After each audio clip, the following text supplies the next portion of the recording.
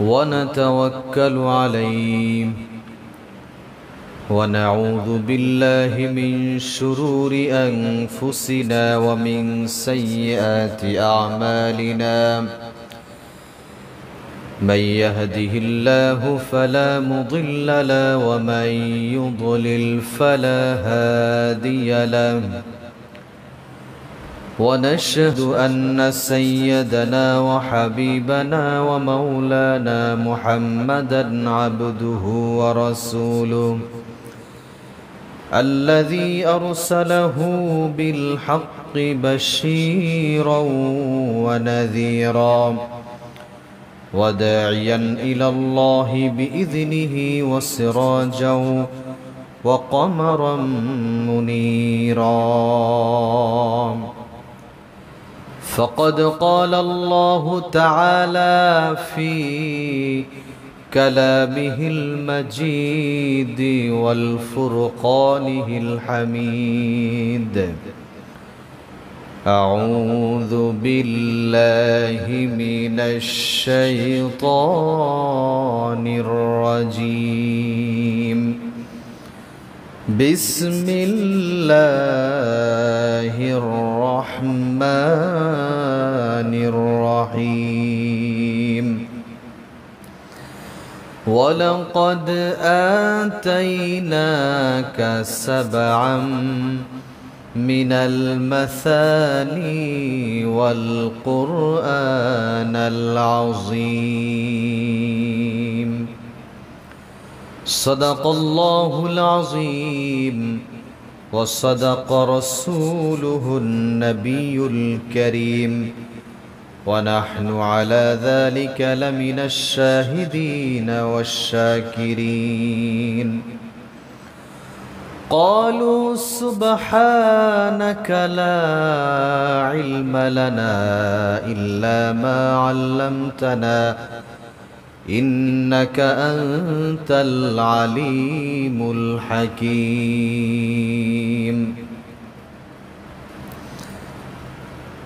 وقال تعالى في شان حبيبه ومحبوبه إن الله وملائكته يصلون على النبي يا أيها الذين آمنوا صلوا عليه وسلموا تسليما اللهم صل على مولانا محمد وعلى آل سيدنا شفيعنا محمد بلغ العلا بكماله كشف الدجى بجماله حسنت جميع خصاله صلوا عليه وآله আলহামদুলিল্লাহ মুআজ্জাজ হাজিরিন মহান আল্লাহ সুবহানাহু ওয়া তাআলার দরবারে লাখ কোটি শুকরিয়া আদায় করি যিনি আমাদেরকে অত্যন্ত ভালোবেসে মোহাব্বত করে ধারাবাহিক তাফসীরুল কোরআন মাহফিলের নির্দিষ্ট সময়ে মসজিদে সকলের আগেভাগে আসার তৌফিক দান করলেন এই জন্য সেই মহান মুনিবের দরবারে কৃতজ্ঞতা জ্ঞাপন করি সকলেই পড়ি আলহামদুলিল্লাহ দুরূদ ও সালাম পেশ করি সর্বকালের সর্বযুগের সর্বশ্রেষ্ঠ মহামানব রাহমাতুল লিল আলামিন সাইয়্যিদুল মুরসালিন খাতামুন নবিয়্যিন মুহাম্মদ আরবি বিশ্বনবী জনাবে মুহাম্মদুর রাসূলুল্লাহ পড়ি সাল্লাল্লাহু আলাইহি ওয়াসাল্লাম সম্মানিত হাজিরিন সর্বদা সব সময়ে আল্লাহ সুবহানাহু ওয়া তাআলার শুকরিয়া জ্ঞাপন করতে হবে কৃতজ্ঞতা প্রকাশ করতে হবে পবিত্র কোরআনুল কারীমে আল্লাহ সুবহানাহু ওয়া তাআলা বলেন মা ইয়াফআলুল্লাহু বিআযাবিকুম ইন শাকারতুম ওয়া আমানতুম ওয়া কানাল্লাহু শাকিরান আলিমা আল্লাহ রাব্বুল আলামিন বলেন, বান্দা তোমরা যদি দুইটি কাজ তোমাদের জীবনের মধ্যে বাস্তবায়ন করতে পারো, তাহলে আমি আল্লাহ রাব্বুল আলামিন তোমাদেরকে আযাব দেব না। কয়টি কাজ? দুইটি কাজ যদি আমরা আমাদের জীবনে বাস্তবায়ন করতে পারি, আল্লাহ পাক রব্বুল আলামিন বলেন দুইটি কাজ কি কি? মা ইয়াফআলুল্লাহু বিআযাবিকুম ইন শাকারতুম ওয়া আমানতুম। এক নম্বর কাজ হলো যখন বান্দা শুকরিয়া আদায় করবে, ওয়া আমানতুম দুই নম্বর কাজ হলো বান্দা আমার প্রতি ঈমান আনয়ন করবে। যদি বান্দা শুকরিয়া আদায় করে আর ঈমান আনয়ন করতে পারে, তাহলে আমি আল্লাহ রাব্বুল আলামিন ওই বান্দাকে আযাব দেব না। সুবহানাল্লাহ বলেন। আল্লাহ রাব্বুল আলামিন বান্দাকে আযাব দেবে না শুকরিয়া আদায় করলে। আল্লাহর হাবিব সাল্লাল্লাহু আলাইহি ওয়াসাল্লাম বলেন, এমন একটা জামানা আসবে যেই জামানার লোকেরা মরা গাদার গোশত খায়। কি খায়? মরা গাদার গোশত খায়। সাহাবীরা বললেন, মানহুম ইয়া রাসূলুল্লাহ, ইয়া রাসূলুল্লাহ, তারা কারা যারা মরা গাদার গোশত খায়? আল্লাহর নবী সাল্লাল্লাহু আলাইহি ওয়াসাল্লাম বললেন, সমাজের ভিতরে এমন কিছু আলোচক থাকবে, এমন কিছু শ্রোতা থাকবে যারা আলোচনা করবে, ঘন্টার পর ঘন্টা আলোচনা করবে, বক্তৃতা করবে, সেমিনার করবে। তাদের আলোচনার ভিতর, তাদের বক্তৃতার ভিতরে আল্লাহ পাক রব্বুল আলামিনের প্রশংসা থাকবে না, আল্লাহ পাক রব্বুল আলামিনের গুণকীর্তন থাকবে না। আল্লাহর নবী বলেন, ওই বক্তা এবং শ্রোতা সকলেই মরা গাদার গোশত খায়। স্বামী স্ত্রী ঘন্টার পর ঘন্টা আলাপচারিতায় লিপ্ত হলো, কথাবার্তা বলল একে অপরের সাথে। যদি এই আলাপচারিতার ভিতরে একবারও সুবহানাল্লাহ আলহামদুলিল্লাহ যদি না বলে, আল্লাহর নবীর ভাষায় ওই স্বামী স্ত্রীও মরা গাদার গোশত খায়। যদি আলোচনার ভিতরে স্বামী স্ত্রী আলোচনা করতেছে, কথাবার্তা বলতেছে, কথার ভিতরে একবার বলল আলহামদুলিল্লাহ, আল্লাহর প্রশংসা হয়ে গেল, তখন আর মরা গাদার গোশত খায় না। বন্ধু বন্ধুর সাথে আলাপচারিতায় লিপ্ত হলো, প্রবাসে বন্ধু আছে, ফোনে আলাপ করতেছে, বন্ধু তুমি কেমন আছো, কত আলাপ, তুমি কেমন আছো, কি করতেছো। বন্ধুর আলাপচারিতার এই ঘন্টার পর ঘন্টা আলাপচারিতা করলো, কথাবার্তা করলো, কিন্তু এই কথার ভিতরে যদি একবারও সুবহানাল্লাহ আলহামদুলিল্লাহ আল্লাহর প্রশংসা না থাকে, আল্লাহর নবী বলেন ওই বন্ধু, দুই বন্ধু মরা গাদার গোশত খায়। আলাপচারিতার ভিতরে আল্লাহর প্রশংসা একবার করে দিতে হবে। আলহামদুলিল্লাহ, কেমন আছো, আলহামদুলিল্লাহ। অনেকে আমরা আলহামদুলিল্লাহ বলি না, কেমন আছো, ভালো আছি, শেষ। আল্লাহর প্রশংসা যে করতে হবে, যে আলহামদুলিল্লাহ, আল্লাহর প্রশংসা আমরা করি না। কেমন আছো, আরে ভাই শরীর খারাপ, রোগে সমস্যা, অসুস্থ, আমার রোগের শেষ নাই, শরীরটা চলেই না, মানে অভিযোগ কমপ্লেনের শেষ নাই। কিন্তু সর্বপ্রথম যেই কাজ যেটা আমাদের করার দরকার ছিল, সেটা হলো আল্লাহর প্রশংসা। কেমন আছো, আলহামদুলিল্লাহ। ভাইয়েরা রে আমার, আল্লাহর প্রশংসা আমাদের ভিতরে নাই। একজন কবি শেখ সাদি রহিমাহুল্লাহ, তিনি একদিন রাস্তা দিয়ে হেঁটে যাচ্ছিলেন, যেতে যেতে তার পায়ের জুতাটা ছিঁড়ে যায়। ভালো করে বুঝবেন, এই কবির পায়ের জুতাটা ছিঁড়ে যায়। তিনি মনক্ষুণ্ণ হলেন, কষ্ট পেলেন, হাঁটতে লাগলেন রাস্তা দিয়ে। হেঁটে হেঁটে কত দূর যখন গেলেন, কিছুক্ষণ পরে একজন ব্যক্তিকে দেখতে পেলেন, যেই ব্যক্তির দুইটা পা নাই, যেই ব্যক্তির দুইটা পা নেই। এখন এই শেখ সাদি রহিমাহুল্লাহ, পার্সিয়ান পয়েট, ইরানি কবি, ইনি যখন দেখলেন যে আমার পায়ের স্যান্ডেল ছেঁড়া, কিন্তু আরেকজন ব্যক্তি তার পাই নাই, তখন তিনি সিজদায় পড়ে গেলেন। আল্লাহু আকবার। তখন তিনি আল্লাহর সিজদায় পড়ে গেলেন, আল্লাহ রাব্বুল আলামিনকে স্মরণ করলেন যে আল্লাহ, আমার জুতা ছেঁড়া, আমি আলহামদুলিল্লাহ, আল্লাহ তুমি তো আমার দুটো পা দিয়েছো, আমি তো সুস্থ সবল দেহ আছে, আমার শরীরটা ভালো আছে। ওই লোকটার তো দুটো পাও নাই। আল্লাহর নবী মুসা আলাইহিস সালাতু ওয়াস সালামের ঘটনা। নবী মুসা আলাইহিস সালাতু ওয়াস সালাম একদিন রাস্তা দিয়ে হেঁটে যাচ্ছিলেন। শুকরিয়া আদায় করা কেমন করে করতে হয় দেখেন। নবী আলাইহিস সালাতু ওয়াস সালাম যখন রাস্তা দিয়ে হেঁটে যাচ্ছিলেন, একজন ব্যক্তি আসছে, ধনাঢ্য ব্যক্তি, প্রভাবশালী ব্যক্তি, অনেক সম্পদশালী একজন ব্যক্তি। তিনি এসে বলতেছেন, আল্লাহর নবী, আপনি তো আল্লাহর সাথে কথা বলতে পারেন, আপনার কাছে একটা আবদার, আপনি আল্লাহর সাথে যখন কথা বলবেন, আপনি আল্লাহর কাছে বলবেন যে আপনার এক বান্দা ফরিয়াদ করেছেন যে তার সম্পদ বেশি, তার সম্পদ যেন কমিয়ে দেওয়া হয়। বড়লোক ব্যক্তির আবদার ছিল যে, ইয়া নবী, আমার এত সম্পদ আমি মেনটেন করতে পারতেছি না, আপনি আল্লাহর কাছে একটু ফরিয়াদ করে আমার সম্পদটা একটু কমিয়ে দিবেন। নবী মুসা আলাইহিস সালাতু ওয়াস সালাম রাস্তা দিয়ে হেঁটে যাচ্ছিলেন। আর একটু সামনে যাওয়ার পর আর একজন ব্যক্তির সাথে দেখা। ওই ব্যক্তি জীর্ণ শীর্ণ অবস্থায়, অসুস্থ অবস্থায়, ছেঁড়া জামা গায়ে দেওয়া। ওই ব্যক্তি নবী মুসা আলাইহিস সালাতু ওয়াস সালামকে বললেন, ইয়া নবী আল্লাহ, আপনার কাছে আমার একটা রিকোয়েস্ট, যেহেতু আপনি আল্লাহর সাথে কথা বলেন, হে নবী, আপনি আল্লাহর কাছে আমার সম্পর্কে বলবেন যে আপনার একজন গোলাম, সে অত্যন্ত অসহায় রয়েছে, অভাবী রয়েছে, তার কোনো অর্থবিরুদ্ধ নাই। আপনি আল্লাহর কাছে একটু আমার ব্যাপারে বলবেন ইয়া নবী আল্লাহ। হযরত মুসা আলাইহিস সালাতু ওয়াস সালাম কয়জন ব্যক্তির ফরিয়াদ নিয়ে রওনা দিলেন?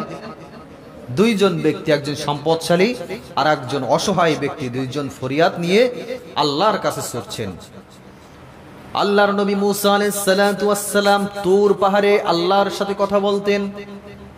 তুর পাহাড়ে যে আল্লাহর সাথে যখন সাক্ষাৎ করলেন, আল্লাহ রব্বুল আলামিনকে নবী মুসা আলাইহিস সালাতু ওয়াস সালাম বললেন, রব্বুল আলামিন, তোমার এক বান্দা তোমার কাছে ফরিয়াদ করেছে, তার এত সম্পদ যে মেইনটেইন করতে পারতেছে না।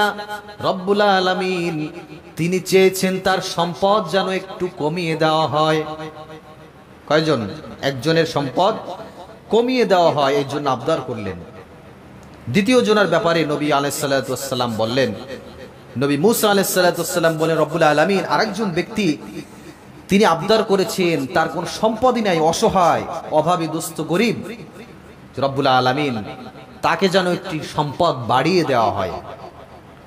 আল্লাহ সুবহানাহু ওয়া তাআলা নবী মুসা আলাইহিস সালাতু ওয়াস সালামকে অ্যাডভাইস দিলেন, প্রথম যেই ব্যক্তির ব্যাপারে তুমি বলেছো, সেই ব্যক্তিকে যে তুমি বলবে, সে যেন আমি আল্লাহ রব্বুল আলামিনের শুকরিয়া আদায় করা বন্ধ করে দেয়। শুকরিয়া আদায় করা বন্ধ করে দিতে বলবে ওই বড়লোক ব্যক্তিকে, দেখবে তার সম্পদ আস্তে আস্তে আস্তে আস্তে কমে যাবে। আর যেই ব্যক্তি অসহায়, দরিদ্র, গরিব, অসহায় ব্যক্তি, ওই ব্যক্তিকে তুমি যে বলবে, সে যেন আল্লাহ রব্বুল আলামিনের শুকরিয়া আদায় করা আরো বাড়িয়ে দেয়। কি করেন? শুকরিয়া আদায় করা যেন বাড়িয়ে দেয়। নবী মুসা আলাইহিস সালাতু ওয়াস সালাম আল্লাহর কাছ থেকে ফয়সালা নিয়ে চলে আসলেন। দুইজন ব্যক্তিকে খুঁজতেছেন, কোথায় পাওয়া যায়। খুঁজতে খুঁজতে সম্পদশালী ব্যক্তিকে পেয়ে গেলেন। ওই সম্পদশালী ব্যক্তিকে যে বলতেছেন, ভাই রে, আল্লাহ পাক রব্বুল আলামিন তোমার ব্যাপারে ফয়সালা জানিয়েছেন। বলে, কি ফয়সালা জানিয়েছেন? আল্লাহ পাক রব্বুল আলামিন বলেছেন, তুমি আল্লাহ রব্বুল আলামিনের শুকরিয়া আদায় করা যদি বন্ধ করে দাও, আল্লাহ পাক রব্বুল আলামিন তোমার সম্পদ তখন কমিয়ে দিবেন। যদি শুকরিয়া আদায় করা বন্ধ করে দাও, তাহলে তোমার সম্পদ কমবে, আদারওয়াইজ তোমার সম্পদ কমবে না। ওই বড়লোক ব্যক্তির জবাবটা কেমন ছিল? সম্পদশালী ব্যক্তির জবাবে বলল, নবী মুসা আলাইহিস সালাতু ওয়াস সালাম, আপনার কাছে আমি বলি, যখন আমার কিছুই ছিল না, আমার কোনো সম্পদ ছিল না, আমি বড্ড অসহায় ছিলাম, তখন আমি আল্লাহর প্রশংসা করা বন্ধ করে দেই নাই। আজ আমার সম্পদ হয়েছে, অর্থবৃত্ত হয়েছে, আজ আমি কোনোদিন কোনোভাবেই আল্লাহর শুকরিয়া আদায় করা বন্ধ করে দেব না। সুবহানাল্লাহ। শুকরিয়া আদায় করা বন্ধ করে দেব না। সম্পদ কমুক বাড়ুক যাই হোক, আল্লাহর পক্ষ থেকে আমি শুকরিয়া আদায় করা বন্ধ করব না। এই ছিল সম্পদশালী ব্যক্তির কথা।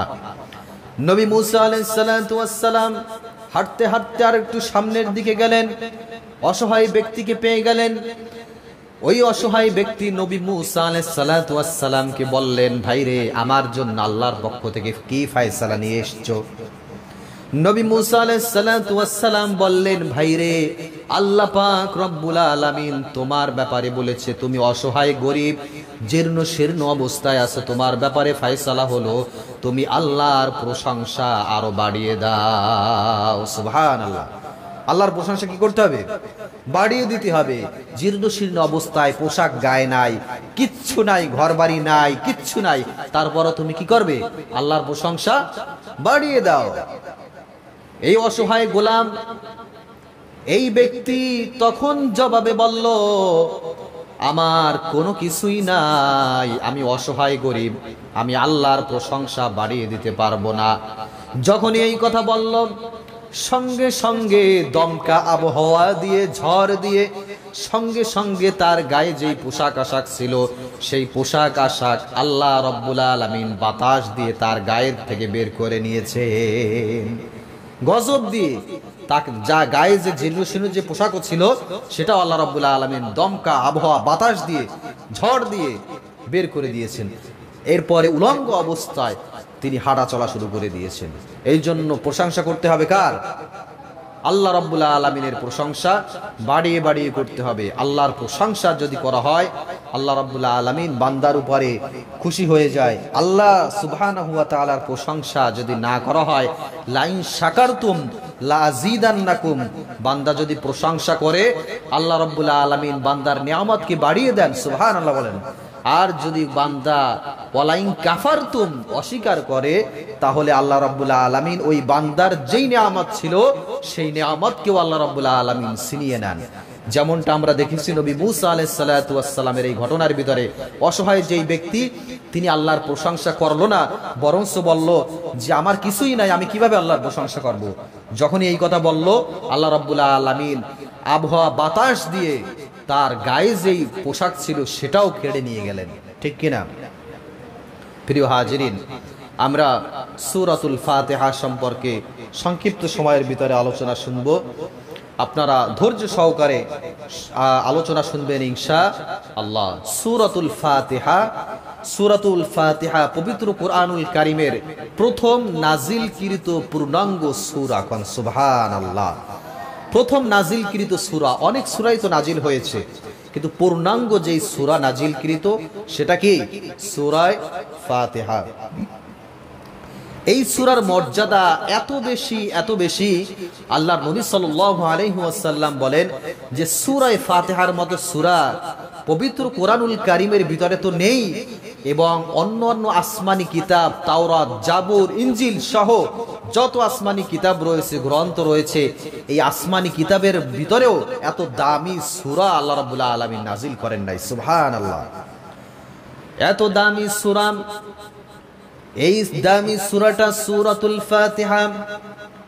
এই সূরাটা আবু সাঈদ ইবনে মুআল্লা রাদিয়াল্লাহু তাআলা তিনি যখন মসজিদে আসতেন, মসজিদ থেকে বের হয়ে যাওয়ার সময় সর্বদা তিনি তেলাওয়াত করতেন। সুবহানাল্লাহ বলেন।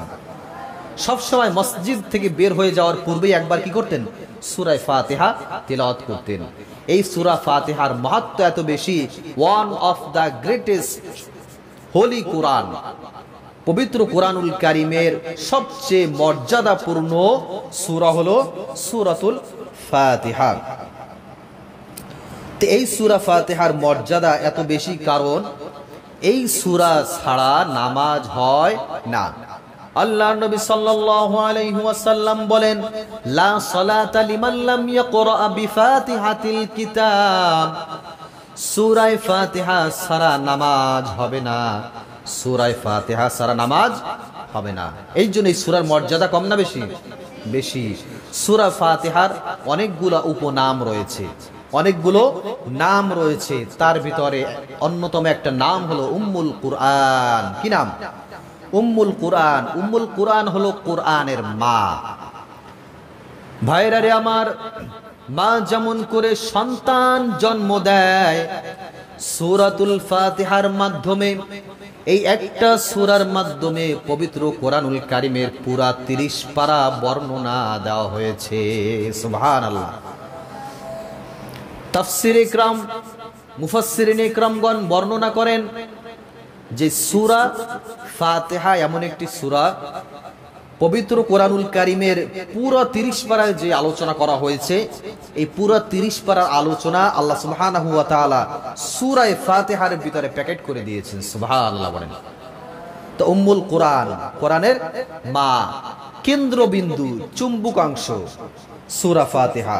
এটাকে বলা হয় the epitaph of the book, the pure essence of the book, অর্থাৎ সার নির্যাস, যেটার ঘেরান যদি কোনো ব্যক্তি নিতে পারে তাহলে পবিত্র কোরআনুল কারীমের পুরা 30 পারার ঘেরান, পুরা 30 পারার ভিতরে কি আছে তার একটা সামারি, সার সংক্ষেপ ওই ব্যক্তি নিজের ভিতরে নিতে পারবে। ভাইরা রে আমার, সূরা ফাতিহার আরেকটা নাম হলো ওয়াফিয়া তথা পূর্ণাঙ্গ। সূরাতুল ফাতিহার একটা নাম হলো ওয়াফিয়া, পূর্ণাঙ্গ সূরা। এই সূরা ভাঙটা ভাঙটা করে তেলাওয়াত করা যায় না, খণ্ড খণ্ড করে তেলাওয়াত করা যায় না, পূর্ণাঙ্গভাবে তেলাওয়াত করতে হয়। আপনি যে কোনো সূরা চাইলে অর্ধেক, 2 আয়াত, 3 আয়াত, 5 আয়াত করে আপনি তেলাওয়াত করতে পারবেন, কিন্তু পবিত্র কোরআনুল কারীমের সূরা ফাতিহা আপনি চাইলে 3 আয়াত তেলাওয়াত করতে পারবেন না। আমি নামাজে চাইলে যে প্রতিদিন তো সূরা ফাতিহা পুরো সূরাই নামাজে পড়ি, তো আজকে সূরা ফাতিহা পুরোটা পড়বো না, আজকে নামাজে 3 আয়াত পড়বো, হবে নামাজ? হবে না। এই জন্য বলা হয় সূরাতুল ফাতিহার একটি নাম হলো ওয়াফিয়া, পূর্ণাঙ্গ। এই সূরা তেলাওয়াত করলে পূর্ণাঙ্গই তেলাওয়াত করতে হবে, অল্প অল্প তেলাওয়াত করা যাবে না। সূরা ফাতিহার আরেকটা নাম হলো সূরাতুদ দুআ। কি নাম? দুআ, প্রার্থনার সূরা, ফরিয়াদ করার সূরা। এই সূরার মাধ্যমে আমরা আল্লাহ সুবহানাহু ওয়া তাআলার কাছে ফরিয়াদ করি, প্রার্থনা করি, দোয়া করি। ইহদিনাস সিরাতাল মুস্তাকিম, রব্বুল আলামিন আমাদেরকে সিরাতাল মুস্তাকিমের পথে, সঠিক পথে পরিচালিত করো। এই যে নামাজের ভিতরে আমরা এটা বলি, এটা একটা দোয়া হয়ে গেল না? আমরা আল্লাহ সুবহানাহু ওয়া তাআলার কাছে প্রার্থনা করলাম না নামাজের ভিতরে? এই জন্য এই সূরার একটা নাম হলো সূরাতুদ দুআ, প্রার্থনার সূরা। আমরা আল্লাহর কাছে সব সময় দোয়া করি যে আল্লাহ আমাদেরকে সঠিক পথে রাখো, সিরাতাল মুস্তাকিমের পথে আমাদেরকে রাখো। আমরা এভাবে বলি, আমি যদি কোনো দিন পথ ভুলে যাই, হাত ছানি দিয়ে কাছে নিও, মমতার বন্ধনে আমায় বেঁধে সব ভুল ক্ষমা করে দিও। আমি যদি কোনো দিন পথ ভুলে যাই, হাত ছানি দিয়ে কাছে নিও, মমতার বন্ধনে আমায় বেঁধে সব ভুল ক্ষমা করে দিও। এই যে প্রার্থনা করলাম যে আল্লাহ আমাকে তুমি ক্ষমা করে দিও, মাফ করে দিও, সঠিক পথে পরিচালিত করো, আমাদেরকে সঠিক পথে পরিচালিত করো। সূরাতুল ফাতিহার আরেকটা নাম হলো সূরাতুশ শিফা। সূরাতুশ শিফা আরোগ্য লাভের সূরা। এই সূরার মাধ্যমে আমরা আরোগ্য লাভ করতে পারি। দেখবেন এই সূরা পড়ে ওলামায়ে কেরামগণ, আলেমগণ তারা ফু দিয়ে মানুষদেরকে সুস্থ করে দেন। মানুষ আসে পানি নিয়ে, তেল পরা নিয়ে, পানি নিয়ে আসেন, কালো জিরা নিয়ে আসেন, এসে হুজুরকে বলেন যে হুজুর এটা একটু পড়ে দেন। তো হুজুর মনে মনে কি যেন পরে ফুঁক দিয়ে দেয়। সেই গোপন টিপসটা কি? সূরাতুল ফাতিহা। সূরা ফাতিহা পড়ে ফু দিয়ে ওই ব্যক্তিকে খাইয়ে দেয়, আল্লাহর কুদরতে ওই ব্যক্তি সুস্থ হয়ে যায়। পড়েন না সুবহানাল্লাহ। আল্লাহর নবী সাল্লাল্লাহু আলাইহি ওয়াসাল্লাম বলেছেন, যদি কোনো দুরারোগ্য ব্যাধিতে আক্রান্ত কোনো ব্যক্তিকে যদি সূরা ফাতিহা 40 বার তেলাওয়াত করে প্রতিদিন 41 বার তাকে খাইয়ে দেওয়া হয়। ওই দুরারোগ্য ব্যাধিতে আক্রান্ত ব্যক্তিকে যদি এমন ওষুধটা প্রতিদিন দেওয়া হয়, সূরা ফাতিহার টিপসটা যদি তাকে দেওয়া হয়, আল্লাহর নবী বলেন ওই দুরারোগ্য ব্যাধি রোগীকে আল্লাহ রাব্বুল আলামিন সুস্থ করে দেবেন। সুবহানাল্লাহ বলেন। সূরা ফাতিহার বৈশিষ্ট্য, একজন সাহাবী আল্লাহর নবী সাল্লাল্লাহু আলাইহি ওয়াসাল্লামের কাছে এসে বললেন, ইয়া রাসূলুল্লাহ, আমাদের কূপে পানি উঠতেছে না, আমাদের কূপের লেয়ার চলে গেছে, পানির লেয়ার চলে গেছে, পানি উঠতেছে না। ইয়া রাসূলুল্লাহ, আপনি এসে একটু দোয়া করে দিয়ে যান। নবী আলাইহিস সালাতু ওয়াস সালাম 2 রাকাত সালাত আদায় করলেন। ওই সাহাবীর সঙ্গে সঙ্গে কূপের কাছে চলে গেলেন, মুখের ভিতরে পানি নিয়ে সূরাতুল ফাতিহা পড়ে মুখের পানিটা ওই কূপের ভিতরে দিলেন।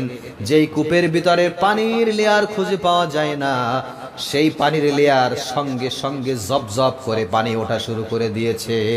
সুবহানাল্লাহ বলেন।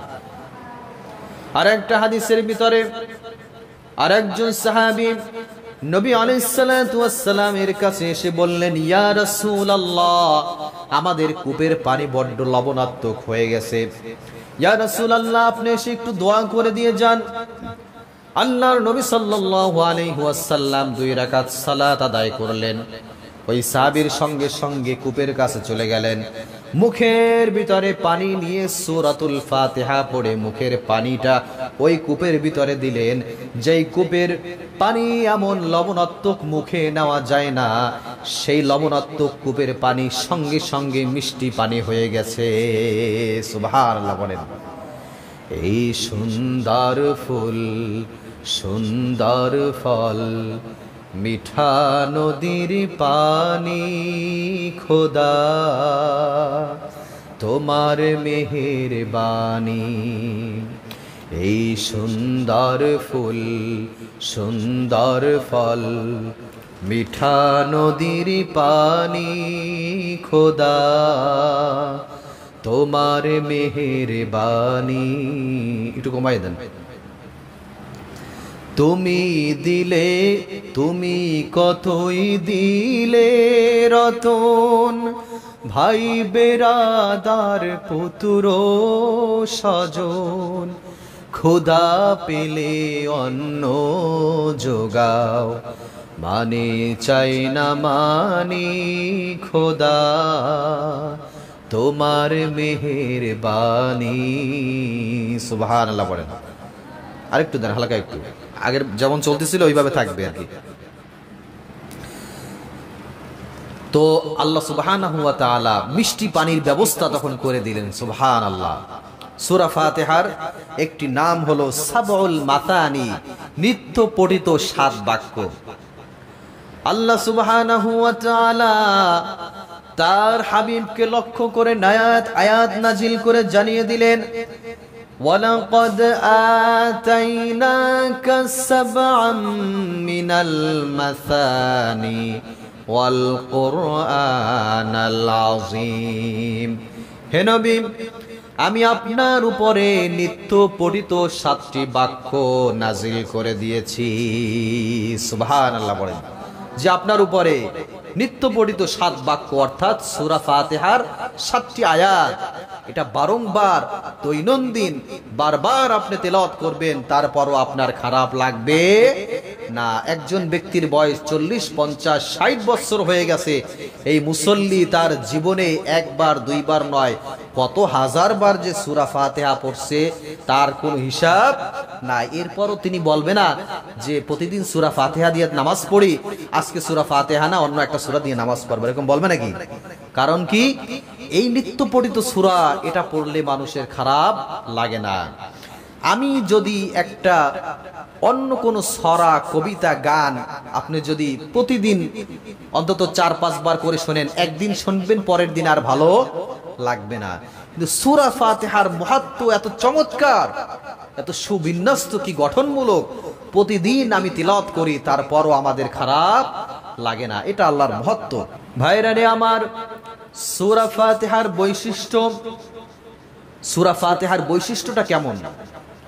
সূরাতুল ফাতিহা একটা প্রশংসা, একটা মানপত্রের মতো। সুবহানাল্লাহ পড়েন।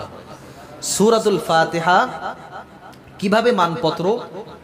সূরাতুল ফাতিহার মানপত্র কিভাবে ভালো করে বুঝেন। প্রত্যেকটা প্রশংসা মানপত্রের 3টা স্টেপ থাকে। কয়টা স্টেপ? 3টা স্টেপ থাকে।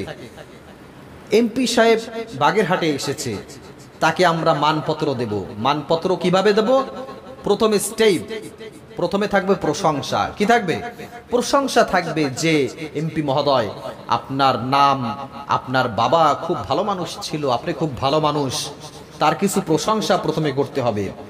2 নম্বর স্টেপ, 2 নম্বরে থাকবে তার সাথে আমাদের সম্পর্ক, যে আমরা কমিটির লোক, আপনার সাথে আমাদের সম্পর্ক বরাবর ভালো ছিল, এখনো ভালো, ভবিষ্যতেও আপনার সাথে আমাদের এলাকার এই অঞ্চলের মানুষের সম্পর্ক ভালো থাকবে। 2 নম্বর গেল সম্পর্ক। 3 নম্বরে হলো দাবি দাওয়া, যে এমপি মহোদয়, আমাদের এই অঞ্চলে অনেক গরিব অঞ্চল, এই অঞ্চলে রাস্তাঘাট ভালো নাই, পুকুর খনন করা লাগবে, ব্রিজ নির্মাণ করতে হবে, আপনি একটু গুরুত্বের সাথে দেখবেন।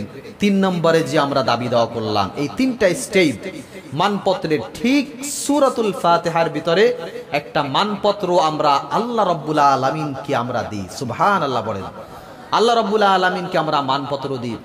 সূরাতুল ফাতিহায় আল্লাহ সুবহানাহু ওয়া তাআলাকে আমরা কিভাবে মানপত্র দেই? আল্লাহ রাব্বুল আলামিনের ভাষায় শুনেন, আলহামদুলিল্লাহি রাব্বিল আলামিন।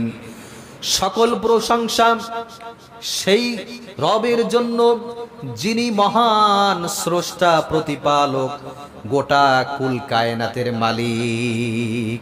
প্রথম প্রশংসা করলাম, সকল প্রশংসা কার? আল্লাহর। তিনি গোটা জাহানের মালিক। আর রহমানির রহিম, তিনি পরম করুণাময়, অসীম দয়ালু। মালিক ইয়াউমিদ্দিন, তিনি বিচার দিবসের মালিক। এই 3টা আয়াত দ্বারা প্রশংসা আল্লাহ রাব্বুল আলামিনের আমরা করেছি। দ্বিতীয় স্টেপে 4 নম্বর আয়াতের ভিতরে আমরা আল্লাহ পাক রব্বুল আলামিনের সাথে একটা সম্পর্ক, নিবিড় সম্পর্ক ফুটে ওঠে। আল্লাহ সুবহানাহু ওয়া তাআলাকে আমরা বলি, ইয়্যাকা না'বুদু ওয়া ইয়্যাকা নাস্তাঈন।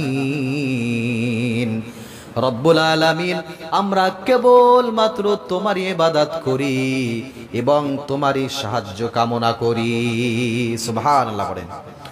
আমরা তোমার ইবাদত করি। সম্পর্কটা হয়ে গেল না, যে রব, আমরা অন্য কারো ইবাদত করি না। রব্বুল আলামিন, আমরা কেবলমাত্র তোমারই ইবাদত করি। আল্লাহর সাথে একটা নিবিড় সম্পর্ক 4 নম্বর আয়াতের মধ্যে হয়ে গেল। তাহলে প্রথম গেল প্রশংসা, পরে আল্লাহর সাথে নিবিড় সম্পর্ক। 3 নম্বর স্টেপ, লাস্ট 3টা আয়াত আমরা যদি খেয়াল করি, লাস্টের স্টেপে আল্লাহর সাথে আমাদের যে দাবি দাওয়া সেটা ফুটে ওঠে।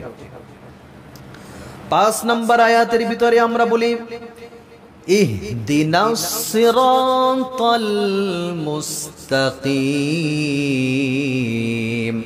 আমরা আল্লাহর কাছে দাবি করি, ইহদিনাস সিরাতাল মুস্তাকিম। রব্বুল আলামিন, তুমি আমাদের সকলকে সিরাতাল মুস্তাকিমের পথে রাখো।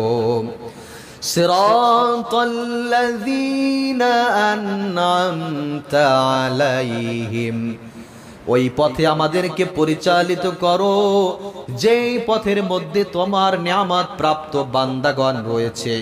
ওই পথে পরিচালিত করো না গায়রিল মাগদুবি আলাইহিম ওয়ালাদ-দাল্লিন, ওই পথে পরিচালিত করো না যেই পথে তোমার গজব রয়েছে, অভিশাপ রয়েছে। লাস্টের 3টা আয়াতের ভিতরে ফুটে উঠলো না, যে তোমার কাছে সাহায্য, তুমি আমাদেরকে সহজ সরল সঠিক পথে রাখো। ওই পথে রাখুন যে পথে নিয়ামত প্রাপ্ত বান্দাগণ রয়েছে, ওই পথে রেখো না যেই পথে তোমার গজব অভিশাপ রয়েছে। তার মানে এই 3টা আয়াত দ্বারা আমরা আল্লাহর সাথে কি সম্পর্ক স্থাপন করলাম? যে আল্লাহর কাছে দাবি করলাম যে আল্লাহ আমাদেরকে এমন ভাবে পরিচালিত করো। সুবহানাল্লাহ। সূরাতুল ফাতিহার এই হলো মানপত্র, প্রশংসাপত্র রব্বুল আলামিনকে আমরা দিলাম। সূরাতুল ফাতিহার এবার যদি ব্যাখ্যায় আমরা প্রবেশ করি, বিশ্লেষণ যদি আমরা একটু করি, সূরাতুল ফাতিহার প্রথম অংশ হলো আলহামদু। আলহামদুলিল্লাহ, সকল প্রশংসা কার? আল্লাহ পাক রব্বুল আলামিনের আলহামদু, হাম শব্দের অর্থ হলো শুধু প্রশংসা। এই হামদের সাথে যখন আল যুক্ত হয়েছে, আলহামদু দ্বারা রব্বুল আলামিন সকল ধরনের প্রশংসাকে বোঝানো হয়েছে।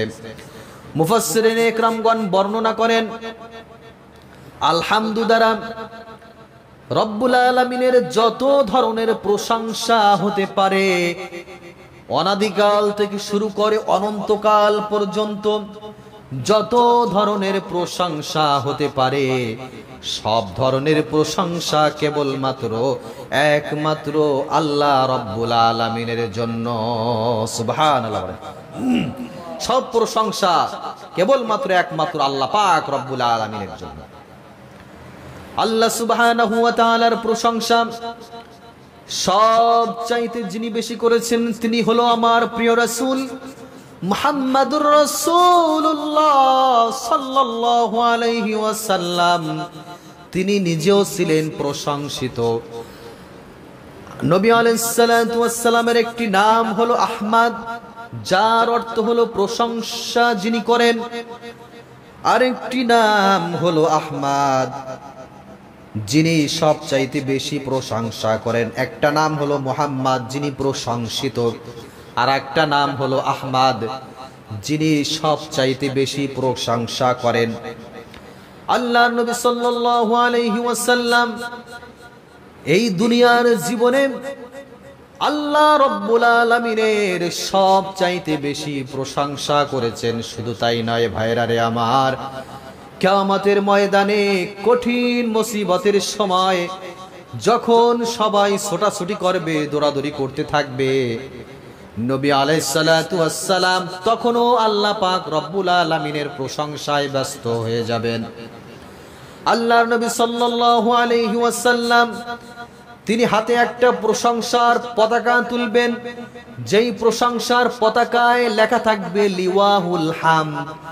সূরা ফাতিহার এই হাম শব্দ প্রশংসা, এই হাম শব্দ দিয়ে এই পতাকাটা, এই প্রশংসার পতাকাটা আল্লাহর নবী সাল্লাল্লাহু আলাইহি ওয়াসাল্লামের হাতে থাকবে। এই প্রশংসার পতাকা নিয়ে নবী আলাইহিস সালাতু ওয়াস সালাম আল্লাহ পাক রব্বুল আলামিনের কাছে ছুটবেন। আল্লাহ পাক রব্বুল আলামিনকে যে বলবে, রব্বুল আলামিন তোমার প্রশংসা কেবল আমার হাতে।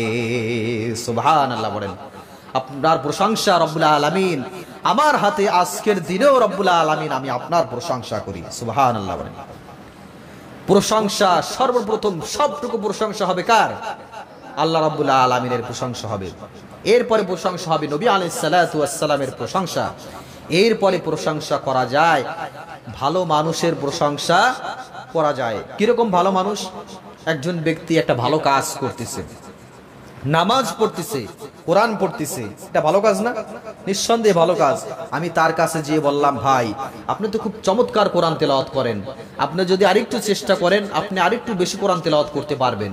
আমি তার প্রশংসা করলাম, সে খুশি হয়ে আধা পারার জায়গায় সে এক পারা তেলাওয়াত করে ফেললো। এটা হচ্ছে ভালোর প্রশংসা। একজন ব্যক্তি সালাত আদায় করতেছে, নামাজ পড়তেছে, আমি তাকে প্রশংসা করলাম, সে নিয়মিত নামাজে আসা শুরু করলো। ব্যক্তির প্রশংসা করলাম, সে আরো সুন্দরভাবে নামাজ আদায় করা শুরু করে দিল। এটা হচ্ছে ভালো ব্যক্তির প্রশংসা।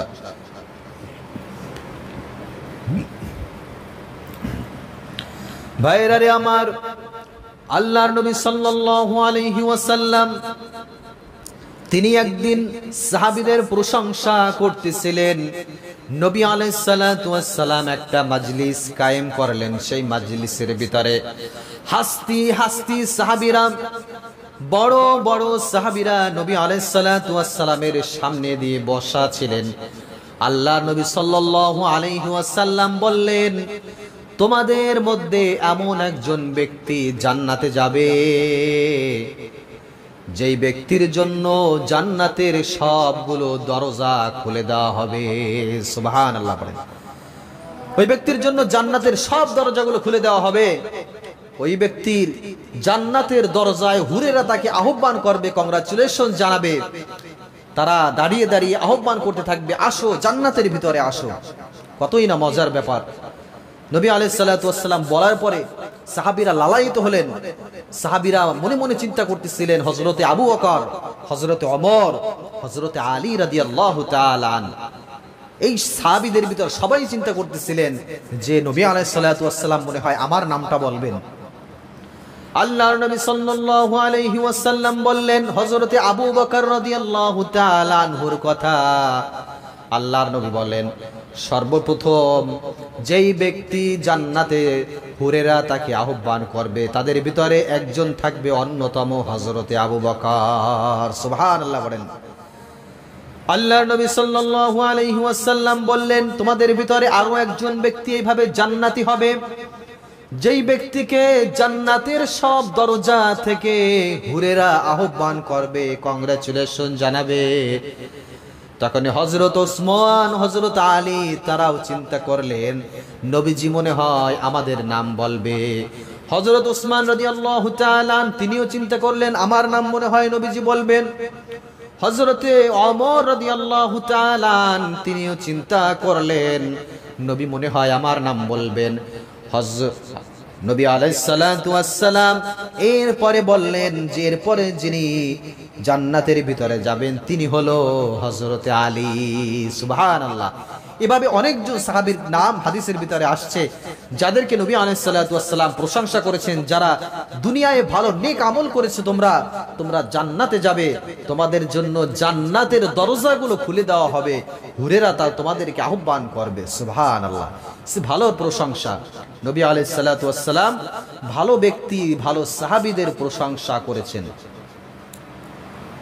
ভাইয়েরা রে আমার, প্রশংসা করা যাবে না কার, বা প্রশংসা করতে হয় না, নিজেকে নিজের প্রশংসা করতে হয় না।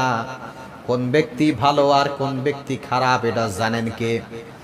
আল্লাহ পাক রব্বুল আলামিন জানেন। নিজের প্রশংসা নিজে করা জায়েজ নাই, করা যাবে না।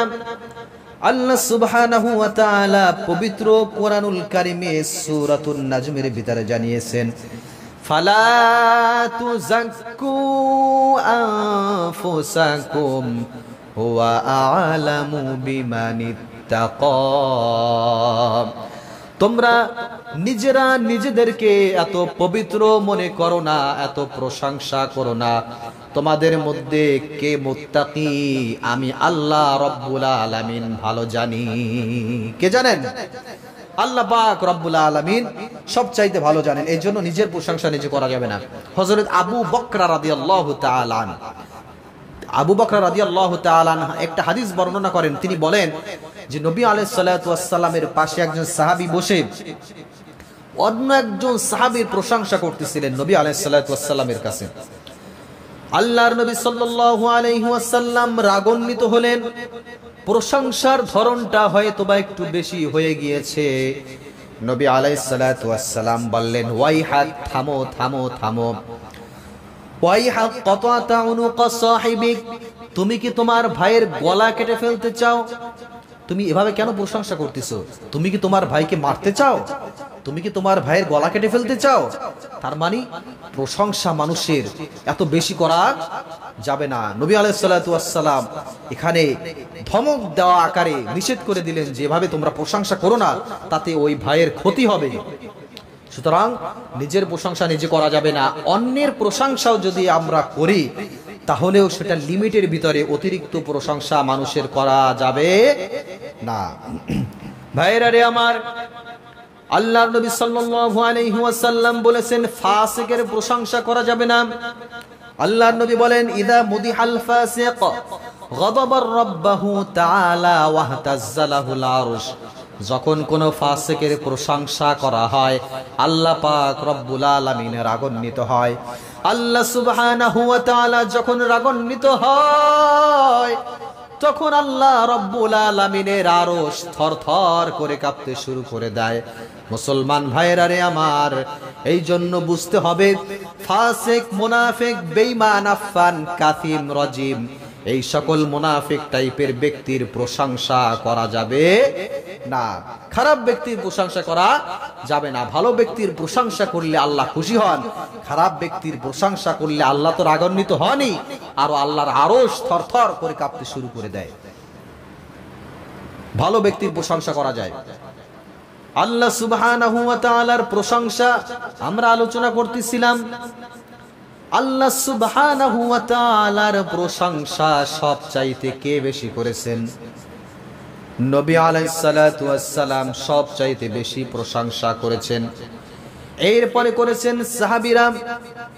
সাহাবীরা সবচাইতে বেশি প্রশংসা করেছেন। আল্লাহর নবী সাল্লাল্লাহু আলাইহি ওয়াসাল্লাম মসজিদে নববীতে বসে সালাত আদায় করতেছিলেন।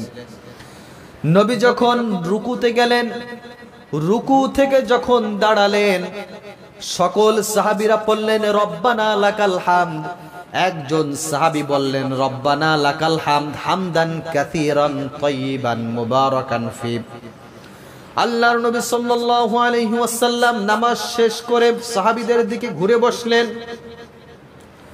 সাহাবীদেরকে বললেন, ও আমার সাহাবীরা, তোমাদের মধ্যে কে জানো নামাজের ভিতরে কিছু তাসবিহ বেশি তেলাওয়াত করেছো? কে করেছো বলো?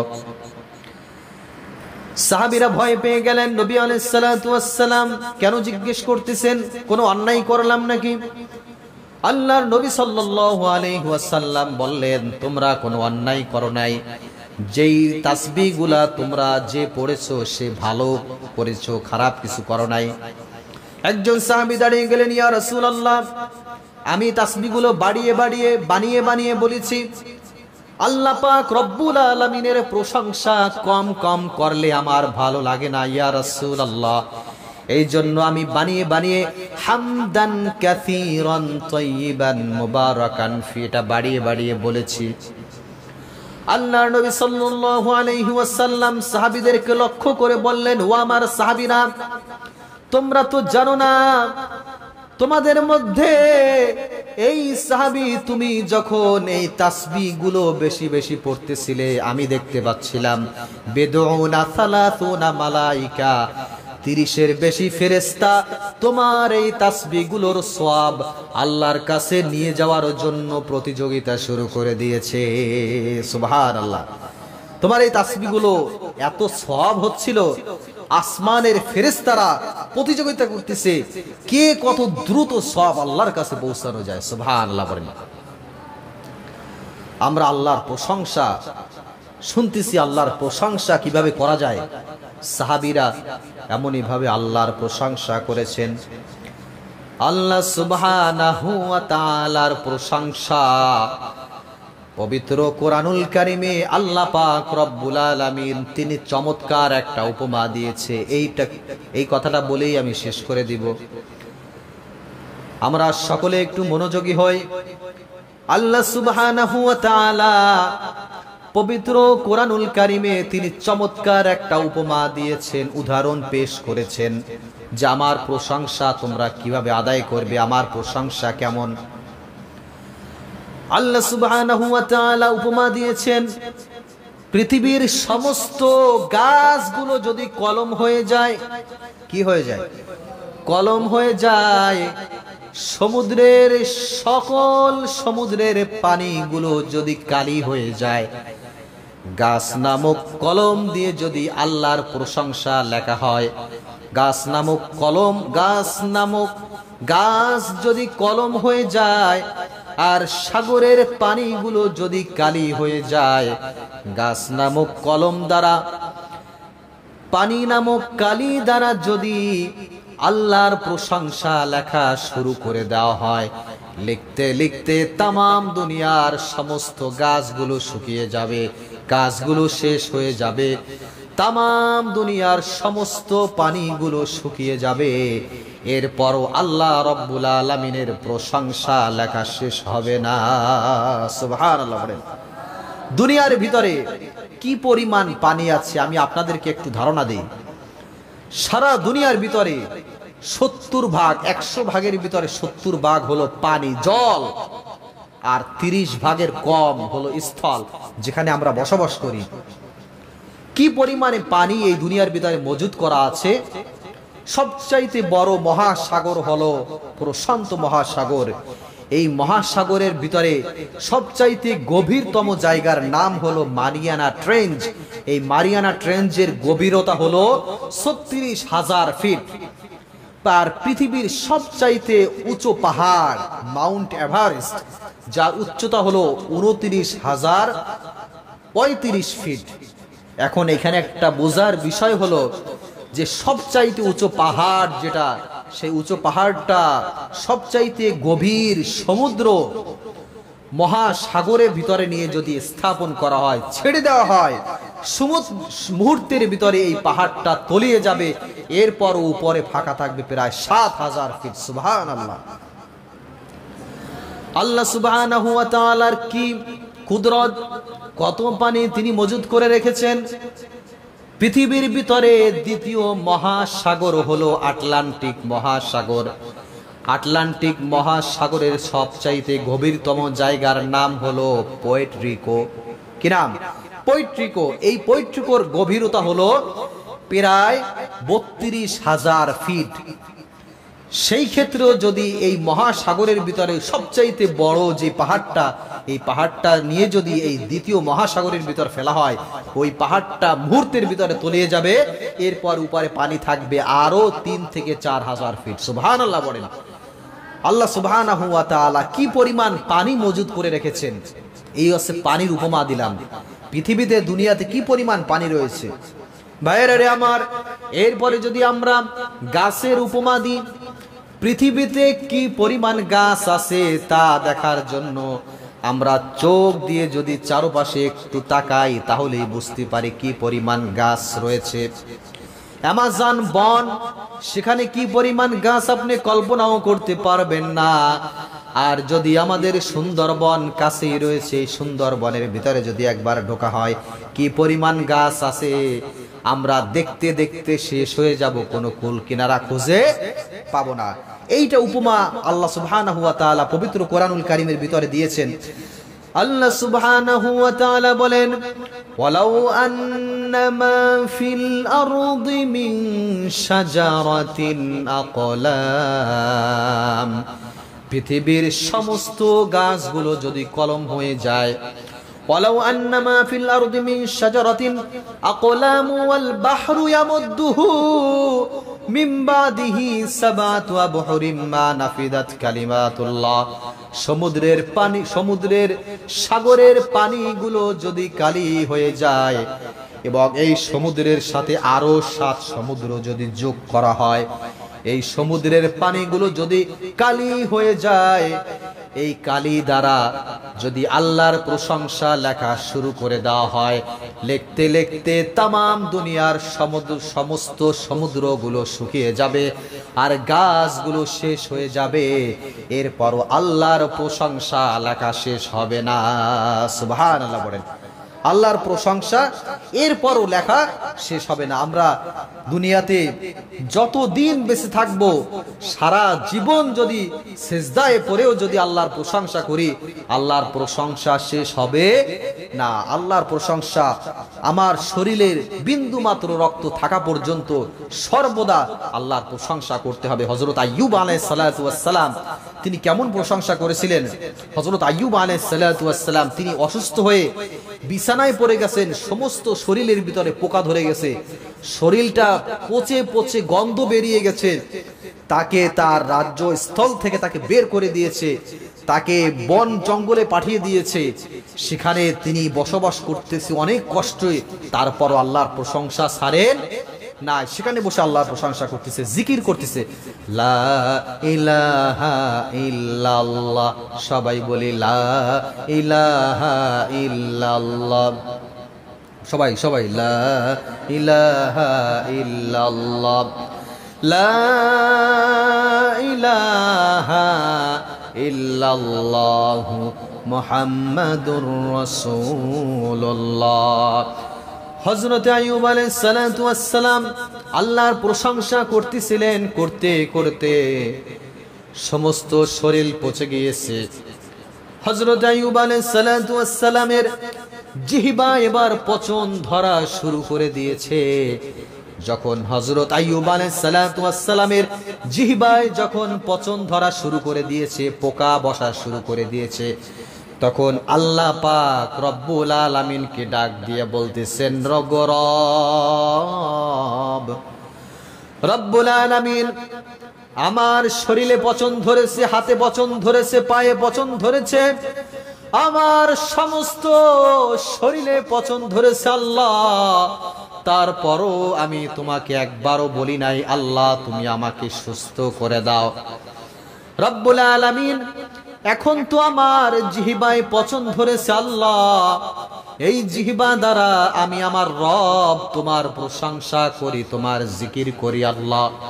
রব্বুল আলামিন তুমি আমাকে আমার জিহ্বাটাকে সুস্থ করে দাও। সুবহানাল্লাহ।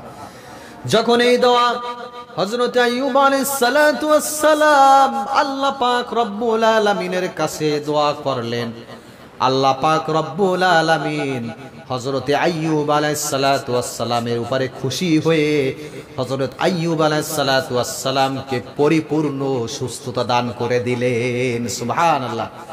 এমন প্রশংসা করেছেন আল্লাহ খুশি হয়ে, তাকে সুস্থ তো করেছেনই, তাগড়া যুবক বানিয়ে দিয়েছে। তার স্ত্রী, তিনি বন জঙ্গলে আইয়ুব আলাইহিস সালাতু ওয়াস সালামের সঙ্গে ছিলেন, তিনি পানি আনতে গিয়েছেন তার স্বামীর জন্য।